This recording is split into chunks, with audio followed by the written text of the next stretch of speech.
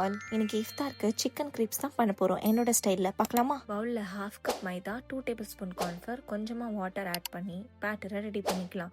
Coriander leaf, oregano, 1 egg நல்லா mix ஆனதும் கொஞ்சமாக சால்ட் ஆட் பண்ணி அதையும் சேர்த்து மிக்ஸ் பண்ணிக்கணும். ஒரு பேனில் கொஞ்சமாக ஆயில் க்ரீஸ் பண்ணிவிட்டு பேட்டரை போட்டு தின் ஷீட்டாக ரெடி பண்ணிக்கணும்.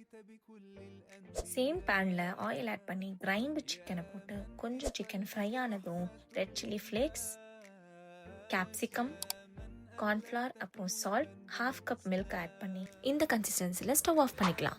இப்போ ரெடி பண்ணி வச்சுருந்த ஷீட்ஸில் சிக்கனோட ஸ்டஃபிங் ஆட் பண்ணி கொஞ்சமாக சீஸ் ஆட் பண்ணி 4 சைட் ஃபோல்ட் பண்ணி எடுத்துக்கலாம்.